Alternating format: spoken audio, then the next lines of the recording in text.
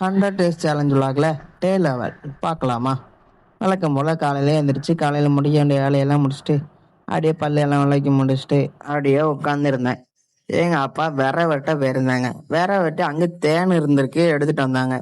அதில் உள்ள தேனையும் அப்படியே சாப்பிட்டுட்டு, காலையிலேயே வெறும் இதில் தேன் சாப்பிட்டா நல்லதுன்னு சொல்லுவாங்க. நம்மளும் அப்படியே அந்த தேனை எடுத்து சாப்பிட்டுட்டு அப்புறம் அப்படியே குளிக்க போயிடுச்சு. குளிச்சு முடிச்சுட்டு வந்துட்டு சாப்பிட போனேன். எங்கள் வீட்டில் இன்னைக்கு என் ஃபேவரட் ஃபுட்டான தோசை தான்.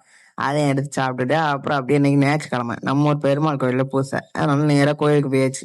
கோயிலுக்கு போயிட்டு அங்கே போய் பார்த்தா பந்தல் போட்டுட்டு இருந்தாங்க. இன்னும் கொஞ்சம் நாள்ல நம்ம ஊரில் கோயில் கூட வரப்போகுது, அதுக்கு பந்தல் போட்டுக்கிட்டு இருந்தாங்க. அதையும் பார்த்துட்டு அப்புறம் அப்படியே சாமி கும்பிட்டு நேராக கடை கிளம்பி வந்தாச்சு. கடையில் வந்து வெளியே டேபிள் எல்லாம் எடுத்து போட்டு கடையெல்லாம் நீட்டாக க்ளீன் பண்ணி எடுத்து ஒதுங்க வச்சாச்சு.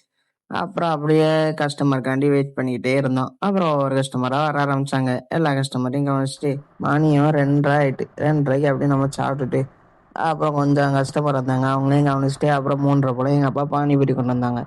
பானிபூரிக்கு தேவையான பானி, மசாலா முட்டை, தேவையான முட்டை மசாலா எல்லாமே ரெடி பண்ணி வச்சோம். ரெடி பண்ணி வச்சுட்டு கஸ்டமருக்காண்டி வெயிட் பண்ணிக்கிட்டு தான் இருந்தோம்.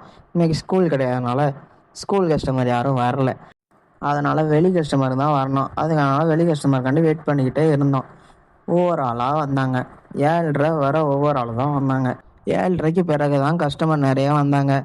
7:30லேருந்து 9 மணிக்குள்ளே பானிபூரி, ஜூஸுக்கு தேவையான பால் எல்லாமே காலியாகிடுச்சு.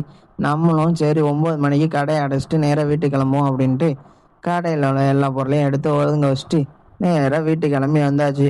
அப்புறம் என்ன, சாப்பிட்ற வேலை தான். அப்புறம் அப்படியே ஃப்ரெஷ்ஷாக போயிட்டு சாப்பிட உட்காந்தா இன்றைக்கி வந்து தோசை சுடலை. அதனால நம்ம வரச்சுலையே ஹோட்டல்லேருந்து சப்பாத்தி வாங்கிட்டு. சப்பாத்தி தான் நம்ம செகண்ட் ஃபேவரட் ஃபுட்.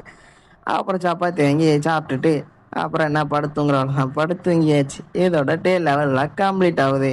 ஓகே, பாய் மக்களே.